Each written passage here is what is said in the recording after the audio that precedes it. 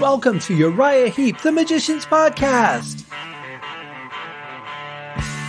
I'll be covering every studio song the band has recorded and every bonus track that I can find.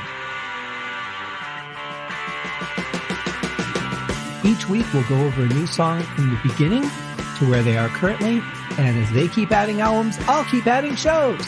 Let the deep dive party begin.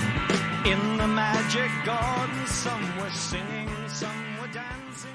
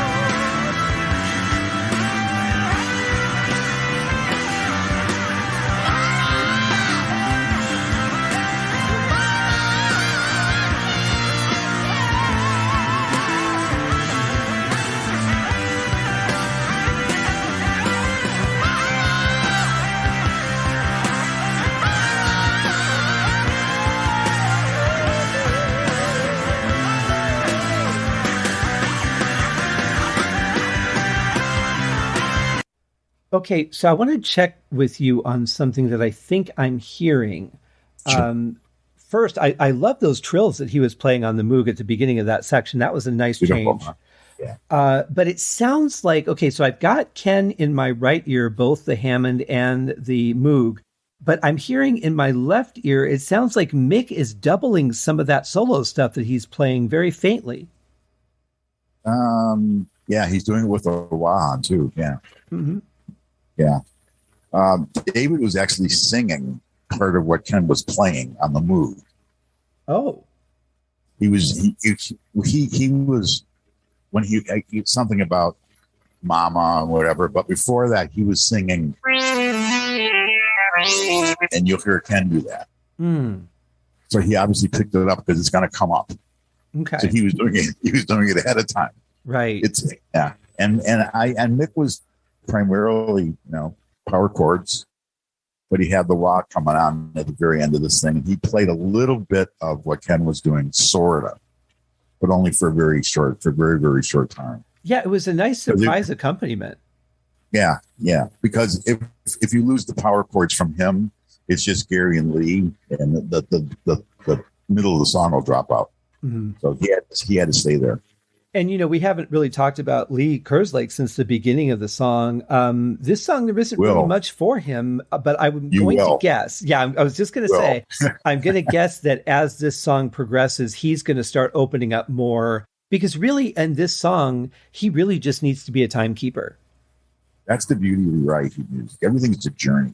They just don't write songs. They write journeys. And everything has to be, they're very dynamic, They're quiet, they're loud, they're quiet, they're loud. They build up, they come back down.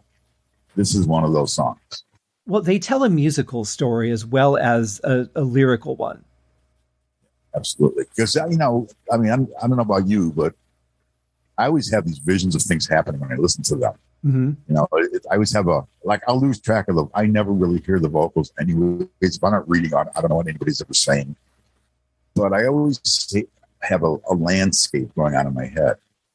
And if I start to drift off to sleep, you could have a really cool dream, right?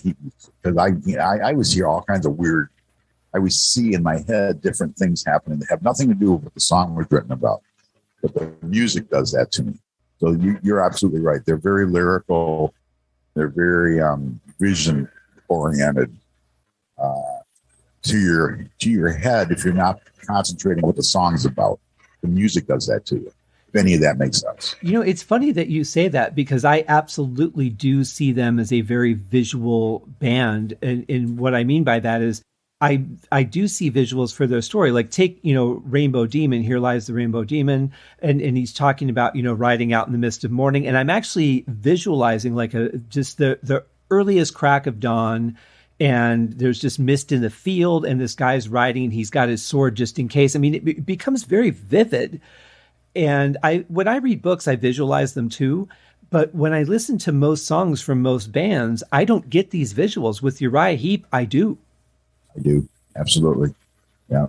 I don't think I realized that until just now. I pay attention to lyrics. Mm-hmm. And I try to pay attention to the lyrics. I have a whole different feel for the song than if I just listen to it.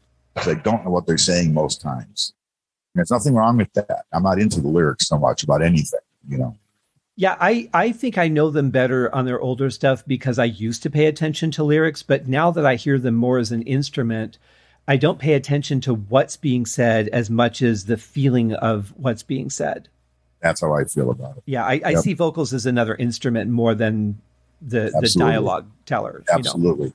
Totally agree. Yeah. But with this band, I'm kind of glad that I do know some of those stories because, like you said, they are so image-oriented. I think that's kind of important. There are some videos out there. I mean, there's hundreds and hundreds and hundreds of videos about Uriah Heep on the internet, but there's some of them that were made, I think, fairly recently. I think Rainbow Demon was one of them, where they're very fantasy-oriented. They're based on what somebody's interpretation of the song was. I don't know how they get away with this because it's the whole song, but the videos are beautiful. Were they doing videos in the 70s? Not like these. No, no, they weren't doing them then. They were going to shortly after, you know, late 70s, maybe early 80s. Mm-hmm. But what I'm seeing on the internet now are these are like current. Oh, okay. And really well put together. There's all kinds of space and outer space things and fantasy type motifs. They're really well put together. I don't know who's doing them. Interesting. You can find them. Yeah. Very interesting. I'll have to check those out. But they're the studio versions of the songs then? Yeah. Okay. Yeah. Huh. Fascinating. I think Rainbow Demon was definitely one of them. That would be a good one to do, though. If you're going to do something visual, I could see that. Yep. You know. Well, let's find out where the song goes from here because it's ramping up once again. Buckle in. Here we go.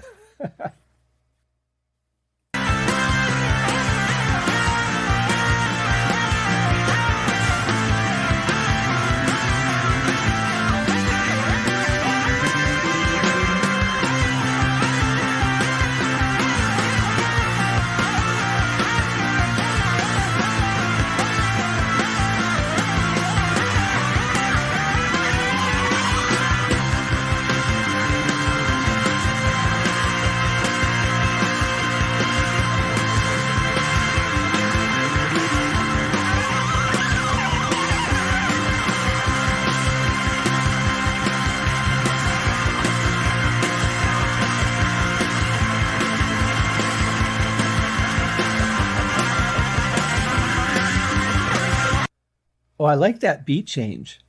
That's something. That was unexpected. This is about, I want to say, I won't say twice as fast as it started, but it's a good third faster. Yeah, I would agree. It's really definitely sped up.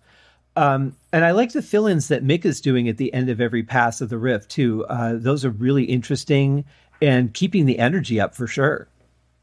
Yeah, he's doing some trills, and he always had this thing where he take the guitar and slide it against the mic stand, slide the neck up and down, like Jimi Hendrix used to, sort of. So I think he did that a couple of times. Got some trills in there. He's got a bunch of, just slide downs on the neck to get down to the chord again. A lot of nice fill-ins, as you mentioned. I think, too, the balance of guitar and organ is really good here. In the beginning, I thought it was a little bit off balance, but here I think it really sounds good. Mick comes out when he's going to do his impressive part at the end, and then he just kind of fades back into the mix, set perfectly with the organ. I really like the balance they found here. Get the solo on the move. If you backed up about 10 seconds, you would hear the organ come back up in it. I don't know if they did that after fact in post-processing or they did it live that way, but He's got this section going on because now the move is on one note. It's just sitting on one note. It's sitting on this note, right? And the band's doing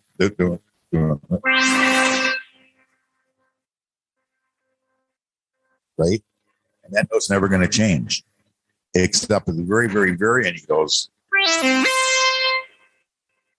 and So that, and Lee's going twice as fast as he's doing now when that comes up.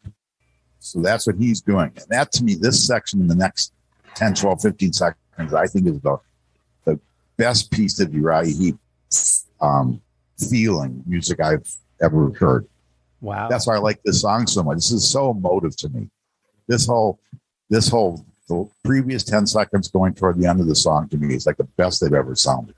Now, I did mention earlier before we started the song that I was concerned that the tempo was going to be too fast. I think here it's fine. If they would have rushed the gentler parts of the song, I think that would have ruined for me. But now it's just a jam. This is just going for broke. Yeah. Absolutely. Absolutely. Well, let's hear what happens next, because I'm dying. You've built this up. Now I've got to hear it. You only got about 30 seconds, I think, or 40 seconds. So let her rip. All right.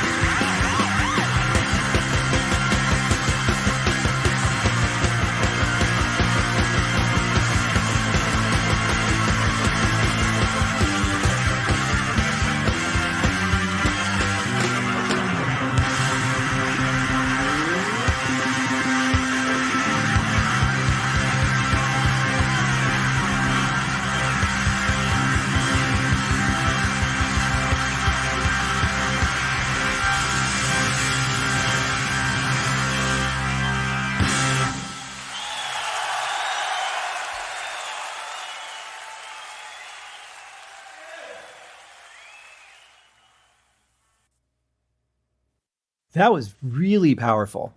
Isn't that brilliant? Yes. I can't imagine being in the audience of that. I think by the time I got done, you'd be in tears. It's that good. It's very powerful. I would agree. I think there's so much just energy and emotion that they put into this. And thinking where the song started, just this gentle organ sound and leading into this as the ultimate culmination of it. That's a journey. This is why I like it so much better than the studio version. Mm-hmm. Studio version to me is pretty straightforward. It's a nice song. This is a brilliant performance. And it fades out on the studio version. Yeah. So you're not left with that powerful ending. You're just kind of left with it trails off and you're like, I want to follow you and I can't. Right. And this has got as I say all the time, the quintessential, the ending, Uriah Heep ending. Mm-hmm. I'll come down to one note. It's just really powerful. I think it's awesome. And again, kudos to Gary Thain for what he was playing through that as well. Just the motion that he plays with.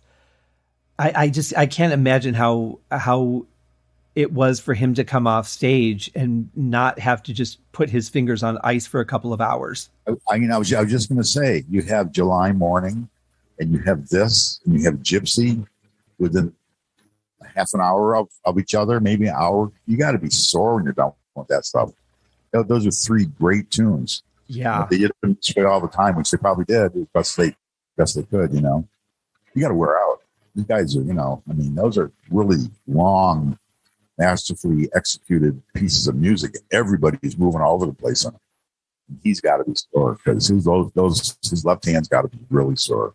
And to think about going from this into, again, if the order is remotely correct, going into Look at Yourself after playing with this kind of intensity, you think that you'd want to have another song that kind of slows it down a little bit, but they just go right into Look at Yourself. Yeah, it's just, yeah. What else can I say? It's just the way it was. This is a masterful performance of this song. I think that they've taken the album version to a whole new level here. It isn't close to what the album version is. Yes. It makes me sad that they don't do it, because I think to experience this, and I get what Mick's saying. I totally understand what he's saying. But at the same time, it's like, wow, I wish I could have this performance in front of me someday. That's why I love this album so much over all the other Uriah Heep live albums, because Gypsy, Circle of Hands, July Morning are so different yet they're the same song, obviously, but they're so different. They're so different the way they're put together, different the way that they're played, and he played it so well. They're just like it's like a better band did the same songs, like a band did them better than they did them the first time. Mm-hmm. That's why I love this album so much. Well, and a lot of times these songs are written and recorded in a matter of days, and they're rushed, and you really don't get to feel the song out and see where you really want to take it. I'm sure that's what it is, Scott. Yeah, I'm absolutely sure you're right. Because looking at how, we've listened to 8 songs on this album, and looking at how some of them have developed into much different songs, I would have to say if they had a couple months to write and rehearse these songs before they recorded them, we could have heard very different studio versions. Absolutely. Yeah. And this wouldn't have been probably as good live as it would have been in the studio, because it would have been a studio version. Very true. So this would have been something else, because they couldn't have done that this way, because it wouldn't be the same idea. I mean, you have to change it because you're doing it live, and they changed stuff live. They changed everything live. Right. So what would they have done if this version was the original version? Can you imagine what that next one would have sounded like?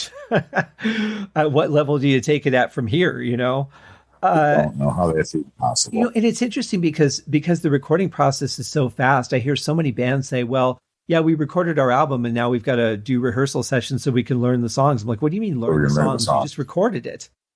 How did you not know it that well?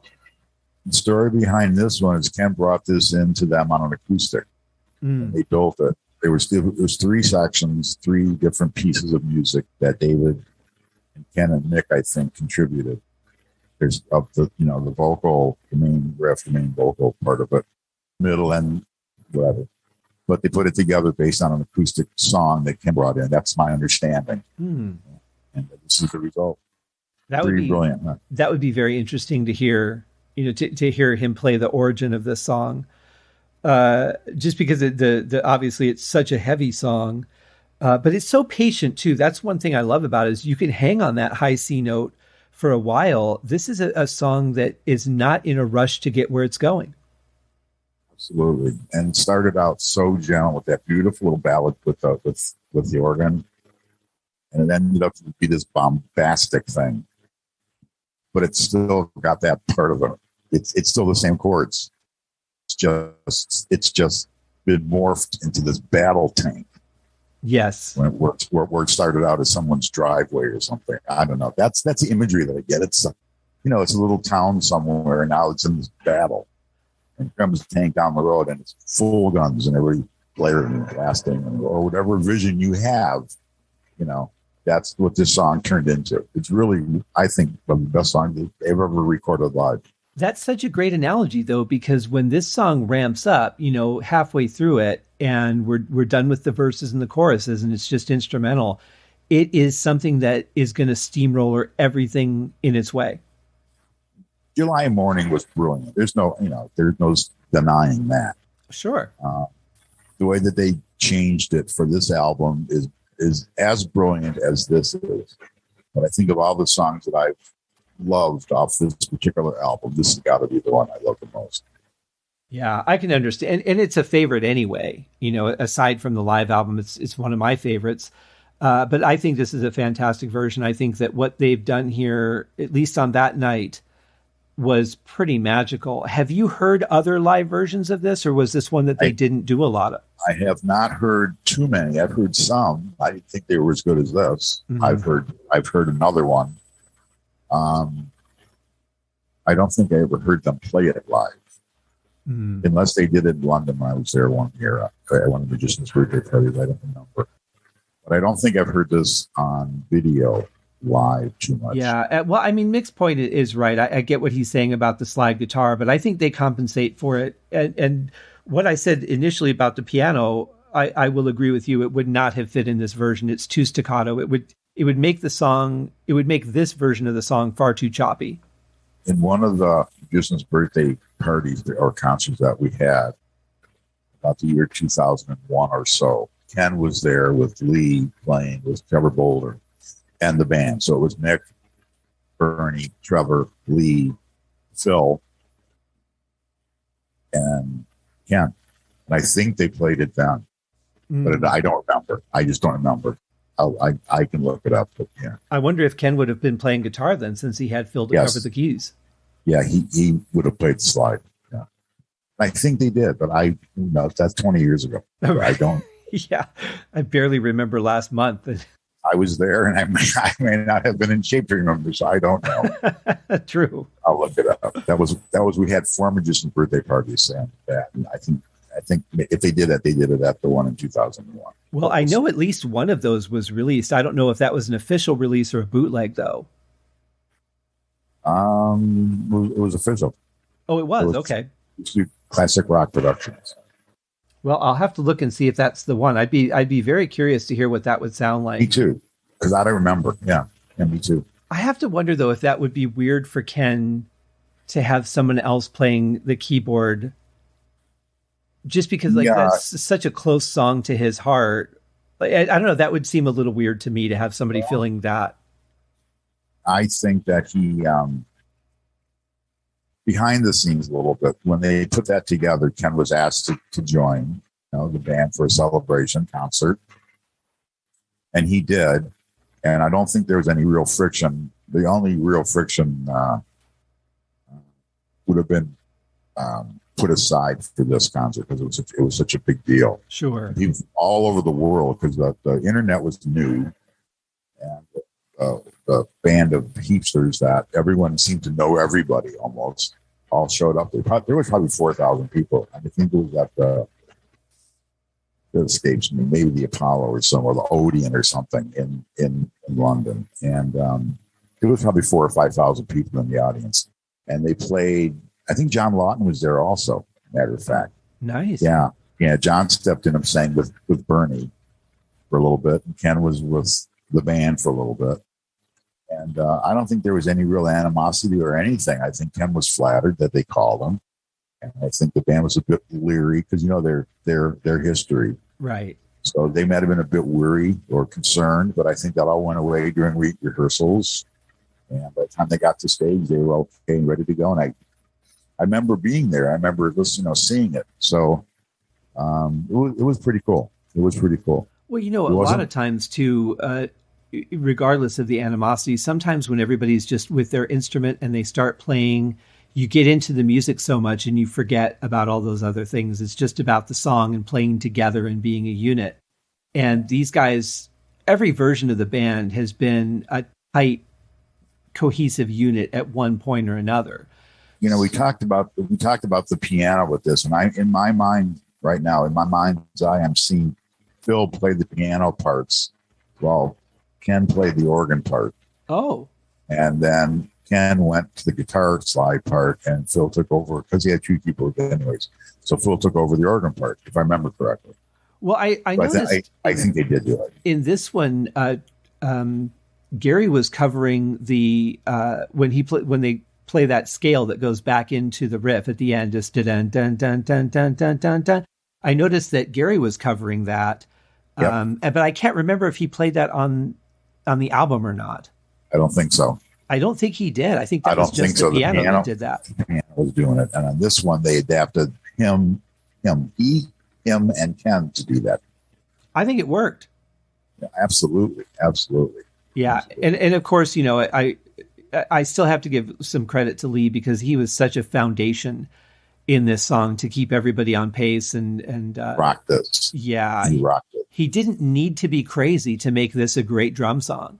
He just needed to guide them. Yes, and he did that throughout the entire song because it does change tempo, up and down a little bit, and then it gets faster and faster. So and you and I are sitting here doing this critique, and there's probably 1,000 people out there who, if they hear this, will remember being there, or remember having seen the band. Maybe they saw the band do this once or something.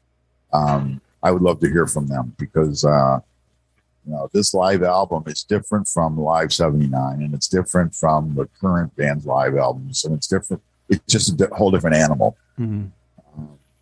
It's also the most well known. Stories. Yeah, I think, yeah. Well, you guys can send those stories to Uriah Heep podcast at gmail.com. And a reminder, if you have pictures from either of these shows that were captured and put on this album, please forward them there as well. I'll get them over to Dave, and I don't know, he'll do something with them. We'll be amazed. We'll be amazed. We'll all be amazed together. Yes, I think this is a great version of this song. I love the energy and the passion. I love the patience of the song, even when it gets faster, to hang on to that one C on the keyboard. I think that's pretty great. That made it for me. Yeah, and mixed fill-ins, at the end of each pass. Just so much cool stuff going on in this version, I have to say. To see this, to have been in the audience of this, must have been pretty spectacular. Didn't want not to help along. So he's doing those power chords. Every time he had a second to slide something in there, he put a riff in, toward the next set of power chords. Yeah, perfectly well done. I think it would have been a great show to see. Yeah, I would agree with that. But we're not done with this album yet. We're only 2/3 of the way, Dave. And I'm going to say that as far as the number of songs. If you were to look at the actual songs, Magician's Birthday is only 1 minute and 45. So that's not really, it doesn't really equate to our 8 and 14 minute songs. But we've got Look at Yourself next week. How do you feel about that one? I love Look at Yourself. I love it. It was really well done. It's a great tune. Great tune. I'm looking forward to doing it with you. I'm expecting some craziness from Gary. I'm definitely expecting some great backing vocals too. It's beyond your expectation. Okay. Sweet. Well, then I'll come back and do it. You can't forget who we're talking about. It'll be great. Excellent. I like to hear that. Well, Dave, thank you as always for joining me for another fantastic episode of the Magicians Podcast. We'll be back with another episode and another one because we're not quite done yet. I'll be more than happy to fill in where I can. Excellent. Talk to you later, Scott. Take care. You too, Dave. Cheers, guys. Thank you for joining me on this episode of Uriah Heep, the Magicians Podcast. If you have enjoyed this show, please consider going over to Apple Podcasts or your favorite podcast outlet, leaving a rating or a review. Be sure to subscribe to make sure that you are notified when new episodes are available. Please be sure to share this podcast with your fellow Uriah Heep enthusiasts and anyone who you think would like Uriah Heep, which should be everyone. And if you are so inclined, please feel free to contribute to the Patreon account. And if you are not a Patreon subscriber, you can also pay through the PayPal link on the website listed in the show links below. I would also like to thank Uriah Heep for their very generous support of the show, and thank you guys for listening. We'll see you in the next episode. Happy days!